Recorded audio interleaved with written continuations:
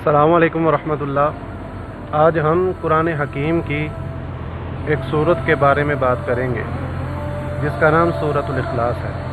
रसूलुल्लाह सल्लल्लाहु अलैहि वसल्लम ने इरशाद फरमाया कि कुरान को 3 हिस्सों में तकसीम किया गया है और एक हिस्सा सूरतुल इखलास है।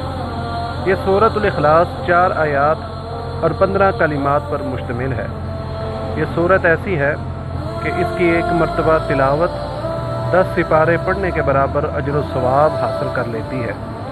आप सल्लल्लाहु अलैहि वसल्लम ने सहाबा से पूछा, क्या तुम 1/3 कुरान नहीं पढ़ सकते एक रात में? तो नबी सल्लल्लाहु अलैहि वसल्लम ने जब सहाबा से ये सवाल किया तो सहाबा ने कहा, अल्लाह के रसूल वो कौन है कि जो 1/3 के बराबर कुरान की तिलावत करे?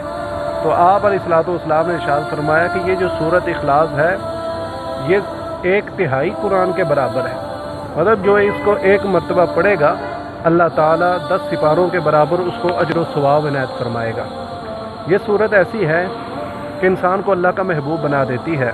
नबी करीम सल्लल्लाहु अलैहि वसल्लम ने एक लश्कर भेजा और उसकी जो क़यादत करने वाला था वो जब नमाज पढ़ाता तो अपनी तिलावत का इख्तिताम सूरतुल इखलास पर करता था।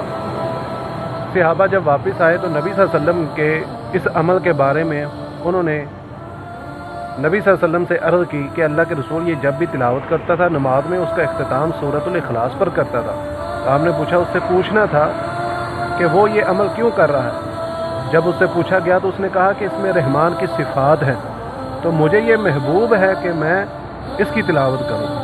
तो नबी सल्लल्लाहु अलैहि वसल्लम को जब बताया गया तो आपने फरमाया, उससे कहो कि उसके इस अमल के सबब अल्लाह ताला उससे मोहब्बत फरमाता है। ये सूरत ऐसी है कि जो इंसान पर जन्नत को वाजिब करार देती है। नबी करीम सल्लल्लाहु अलैहि वसल्लम ने एक मरतबा इस सूरत की तिलावत करते हुए एक आदमी को देखा तो आप सल्लल्लाहु अलैहि वसल्लम ने फरमाया कि वाजिब हो गई। सहाबा ने पूछा, अल्लाह के रसूल क्या वाजिब हो गई? तो आप सल्लल्लाहु अलैहि वसल्लम ने इरशाद फरमाया कि जन्नत वाजिब हो गई। हज़रत अबू हुरैरा कहते हैं कि मैं उठकर जाने लगा कि उसको खुशखबरी दूँ कि उस पर जन्नत वाजिब हो गई है। तो कहते हैं मैं रसूलुल्लाह सल्लल्लाहु अलैहि वसल्लम के साथ नाश्ता कर रहा था तो इस सआदत से महरूम नहीं होना चाहता था तो मैं नाश्ते में मसरूफ़ हो गया और जब नाश्ते से फ़ारिग हुआ तो उसको बताने लगा तो उतनी देर तक वो आदमी जा चुका था। ये सूरत ऐसी है कि इंसान के ईमानदार होने की भी दलील बनती है। नबी करीम सल्लल्लाहु अलैहि वसल्लम ने फजर की सुन्नतों में एक आदमी को सूरतुल काफिरून की तिलावत करते हुए पहली रकत में सुना तो आपने फरमाया कि इसने अपने रब को पहचान लिया। और जब उसने दूसरी रकत में सूरतुल इखलास की तिलावत की तो नबी सल्लल्लाहु अलैहि वसल्लम ने फरमाया कि ये आदमी अल्लाह पर ईमान ले आया है।